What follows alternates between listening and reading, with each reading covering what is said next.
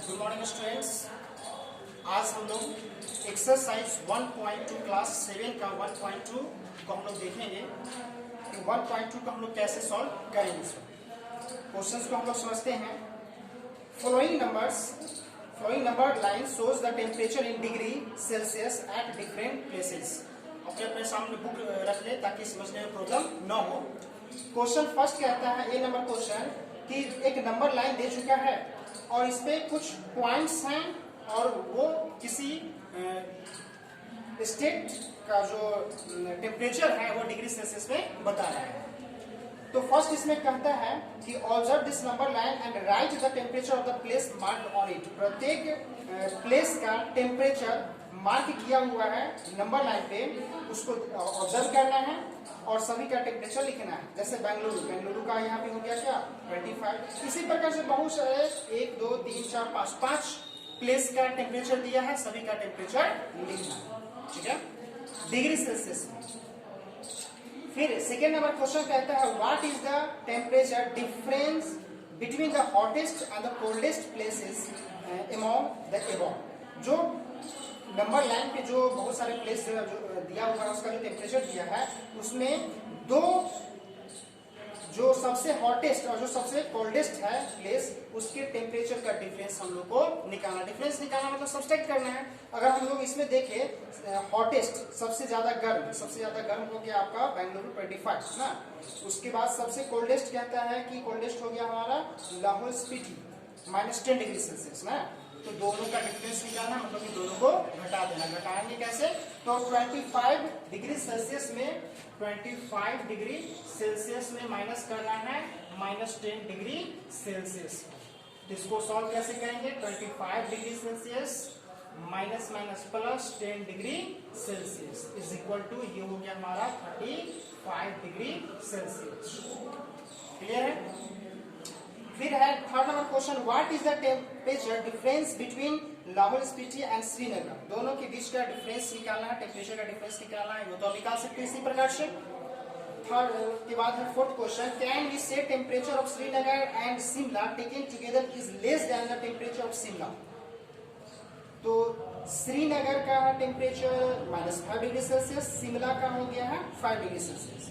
तो दोनों में कम कौन है? Less. Can we say temperature of Srinagar and Shimla taken together is less than the temperature of Shimla? Shimla से इसका टेम्परेचर कम है क्या? तो हम लोग जानते हैं कि नंबर लाइन अगर ये है तो लेफ्ट की ओर जाएंगे तो वैसे वैसे क्या होता है उसका वैल्यू इंटीजर जो होता है वो धीरे धीरे कमता है ना। ये डिग्री ये जो इंटीजर्स होते हैं वो कमता है, डिक्रीजिंग ऑर्डर में होता है।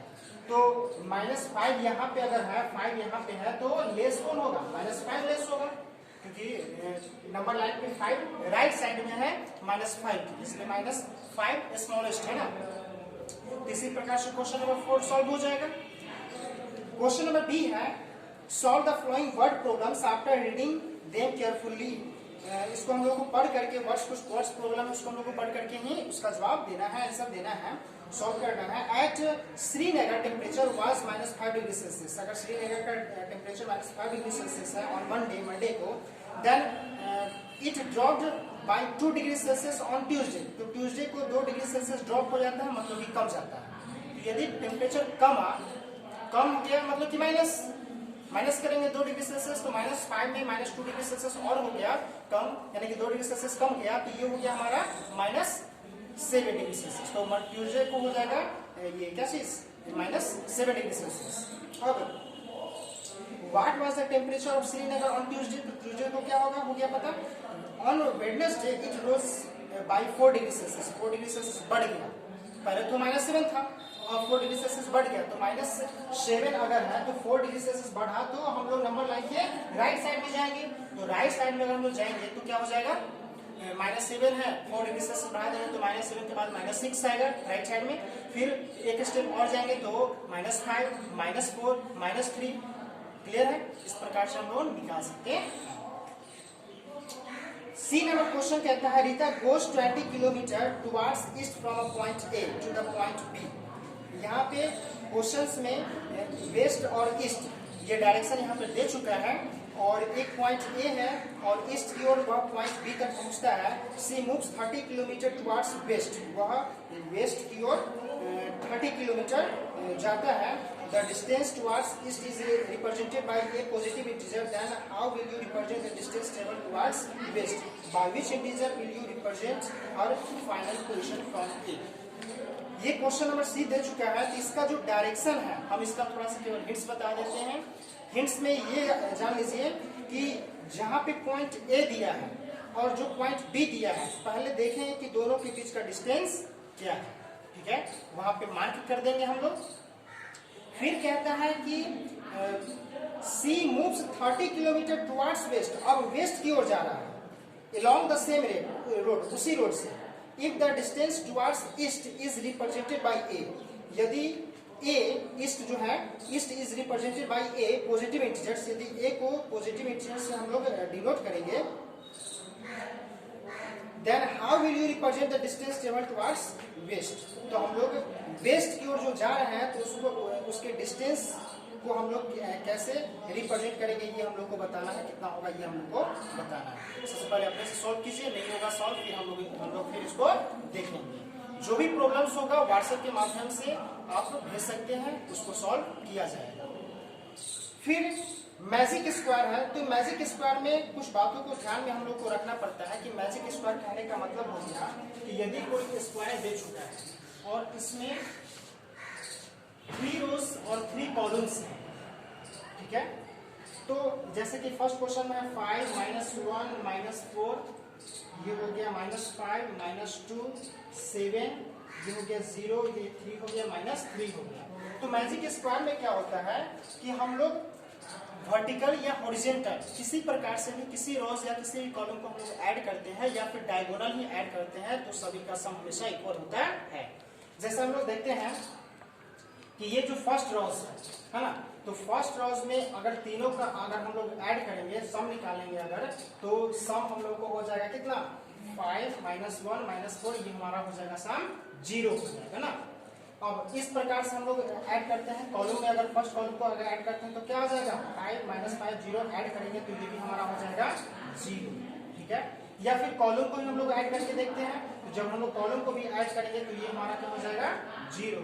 इस कॉलम को ऐड करके देखो, इस कॉलम को हम लोग ऐड करते हैं तो -4 -2, ये हो गया -6, ये हमारा हो गया 6। यहाँ पे क्वेश्चन में कहता है कि in magic square each row column and diagonals have the same sum, check which of the following is a magic square. Check करना है कि मैजिक स्क्वायर है या नहीं है। तो मैजिक स्क्वायर का कंडीशन क्या है ये केवल जानो, ठीक है। किसी भी रो को या फिर फर्स्ट रो को, सेकेंड रो को या थर्ड रो को, किसी भी रो को या किसी भी कॉलम को ऐड करो, ऐड करने पर सबका सम इक्वल आना चाहिए। जैसे हमने यहाँ पे फर्स्ट रो को ऐड किया 0 आया, सेकेंड रो को ऐड करके देखो, थर्ड रो को ऐड करके देखो कितना आता है 100, फिर फर्स्ट कॉलम को, सेकेंड कॉलम को, थर्ड कॉलम को ऐड करें, ठीक है। फिर डायगोनल को, एक फर्स्ट डायगोनल ऐसे, फिर सेकेंड डायगोनल ऐसे। यदि सभी का सम इक्वल आएगा तो यह एक मैजिक स्क्वायर होगा, अगर सभी का सम इक्वल नहीं आएगा तो यह एक मैजिक स्क्वायर नहीं होगा, ठीक है। जैसे यहाँ पे हम लोग देख रहे हैं कि ये मैजिक स्क्वायर नहीं है, क्यों? क्योंकि जब हम लोग इस डायगोनल को सेकंड डायगोनल को ऐड करते हैं तो -4 -2 -6 प्लस 0 -6 ही आया, और जबकि फर्स्ट रो में कितना आया है सम 0 आया। फर्स्ट कॉलम में भी क्या आया 0 आया है, कॉलम में 0, रो में 0, लेकिन डायगोनल में 0 यहाँ पे नहीं आ रहा है। सभी का सम इक्वल होना चाहिए, यहाँ पे नहीं है, इसलिए मैजिक स्क्वायर नहीं है। इस प्रकार से हम लोग चेक कर सकते हैं। फिर बाकी जो क्वेश्चंस है उसको आप लोग सॉल्व कीजिए, फिर हम लोग नेक्स्ट वीडियो में इसको हम लोग एक्सप्लेन करेंगे।